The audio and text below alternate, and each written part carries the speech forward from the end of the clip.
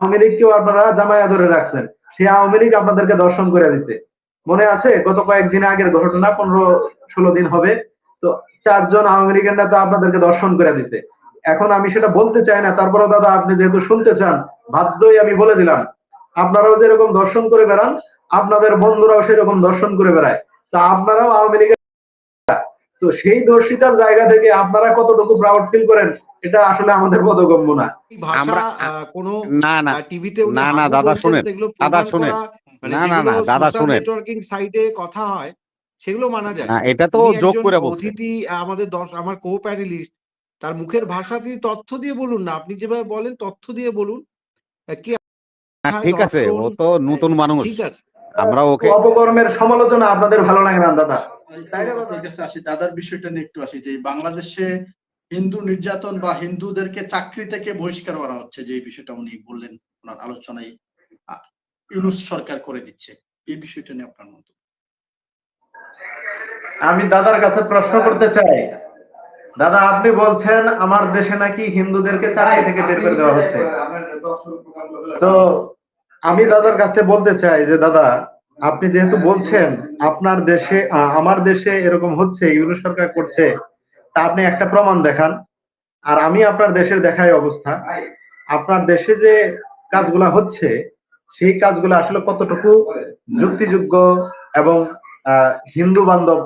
আপনার দেশে, আপনার দেশে আহ, পর্যটক গেলে তাদেরকে দর্শন করে দেওয়া হয়।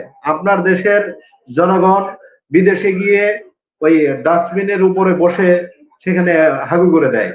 তো এই ধরনের সভ্য দেশ হিসেবে আপনি কিভাবে প্রাউড ফিল করেন?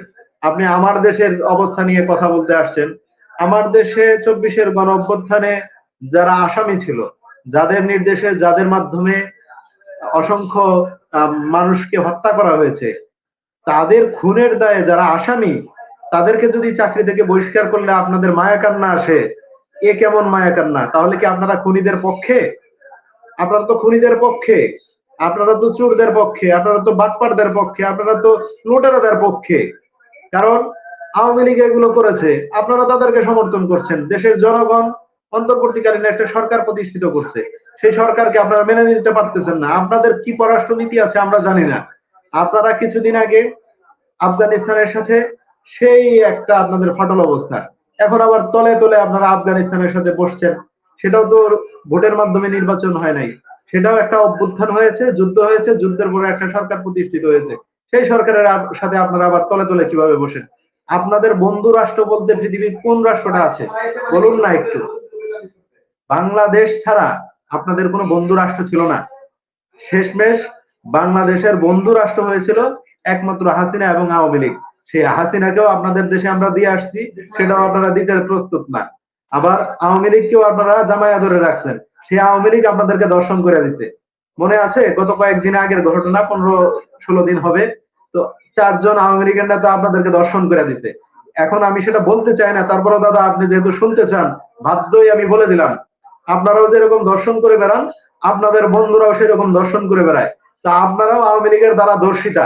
তো সেই দর্শিতার জায়গা থেকে আপনারা কতটুকু প্রাউড ফিল করেন, এটা আসলে আমাদের বোধগম্য না। আমরা সভ্য দেশের মানুষ, সভ্য জাতি, আমরা কোনো অসভ্য। তার জন্য আপনার শব্দ চয়ন অসাধারণ, সেই এবং কারণে আপনার শব্দ চয়ন অসাধারণ, আপনাদের জিনিস আপনাদের কাছে পৌঁছে দিছি। অসাধারণ শব্দ চয়ন আপনি করছেন, দারুণ। আমরা বিচার করবো। আমাদের দেশে যদি আপনারা পাঠাইতে চান, ওয়েলকাম, আমরা দিলেই তো বিচার করি। আপনারা সেই সুযোগ কেন নিচ্ছেন না? আমাদের দেশে পাঠায় দেন, আমরা বিচার করি। হাসিনার বিচার করব, যারা ধর্ষণ করছে তাদের বিচার করব। আপনারা তো ভয় পান, আপনি কে কারণ বিচার করার? আপনি কে বিচার করার? দর্শকে মিলে আপনি গেছে কে তারা, বিচার করার? আপনারা তাদেরকে পাঠাইতে চান না। তো সব থেকে না, মুদ্রা কথা আপনি যেটা, কে বিচার করার? আমি এদেশের জনগণ, আপনি সেটা জানেন না। এদেশের এদেশের এনআইডি কার্ড এই জনগণই তো দুটো দেশের বৈদেশিক নীতি নষ্ট করে দিচ্ছে, যার মুখের ভাষা এত খারাপ। এই সরকার বিচার করবে দাদা আমার দাদা কথায়, এটা দাদা বুঝতে হবে আপনার। শুনেন, শোনো শোনো আপনারা তো শোনো জানেন আরিফ, না। আরিফ, না আরিফ, মনিরুল বাবু, এই ভাষা আমরা কোনো না না টিভিতে উনি না না হাগু দাদা বলছেন, শুনেন, যেগুলো দাদা প্রমাণ শুনেন, করা, মানে না না যেগুলো না দাদা সোশ্যাল শুনেন, নেটওয়ার্কিং সাইটে কথা হয়, সেগুলো মানা যায়। না এটা তো উনি যোগ একজন করে বলছে। অতিথি, আমাদের আমার কো প্যানেলিস্ট, তার মুখের ভাষা দিয়ে তথ্য দিয়ে বলুন না, আপনি যেভাবে বলেন তথ্য দিয়ে বলুন। কে হাগু না না কোথায় ঠিক আছে, ও ধর্ষণ, তো নতুন মানুষ, ঠিক আছে।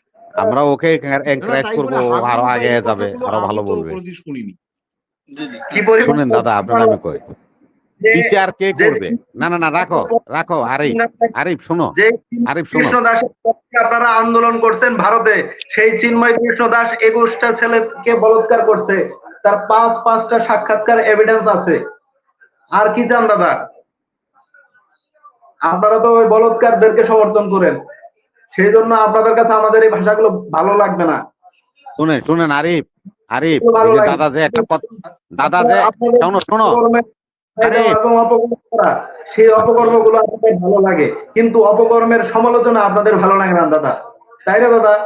কষ্ট নেবেন না দাদা, বলতে বাধ্য করছেন। না না না না না না, সেটা না আরিফ, শোনো তুমি, এই যে তোমারে বলছে যে বিচার করার আপনি কে? আমার দেশে একটা গান আছে সুকান্ত বাবু, এই বিচারপতি তোমার বিচার করবে কে? এই জনতা, এই জনতা। শেখ হাসিনার বিচার কে করবে? এই জনতা, এই জনতা। ধন্যবাদ। জি, আরে ভাই শেষ করুন। জি, এখন দাদারা যদি বলেন যে সকল 24-এর গণ অভ্যুত্থানের খুনিদেরকে আমরা এখনো ক্ষমতায় বসায় রাখবো, সেটা তো সম্ভব না।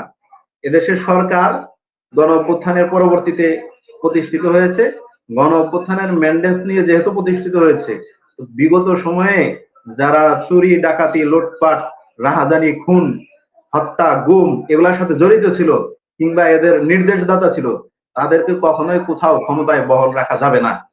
একজন হিন্দু হোক মুসলিম হোক, সে যে জাতিরই হোক, তাকে ক্ষমতায় বসানো রাখা সম্ভব নয়।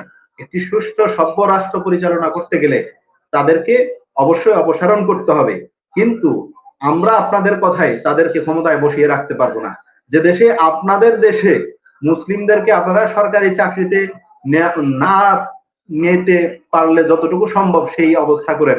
আমি একজন মুসলিমের ঘটনা বলছি, ত্রিপুরা, সে তিনবার ভাইবা বোর্ডে গেছে আপনাদের ওখানে একটা সরকারি একটা চাকরিতে, যাওয়ার পরে তাকে শুধুমাত্র মুসলিম হওয়ার কারণে, দাঁড়িয়ে থাকার কারণে তিনবার ভাইবা বোর্ড থেকে বের করে দেওয়া হয়েছে।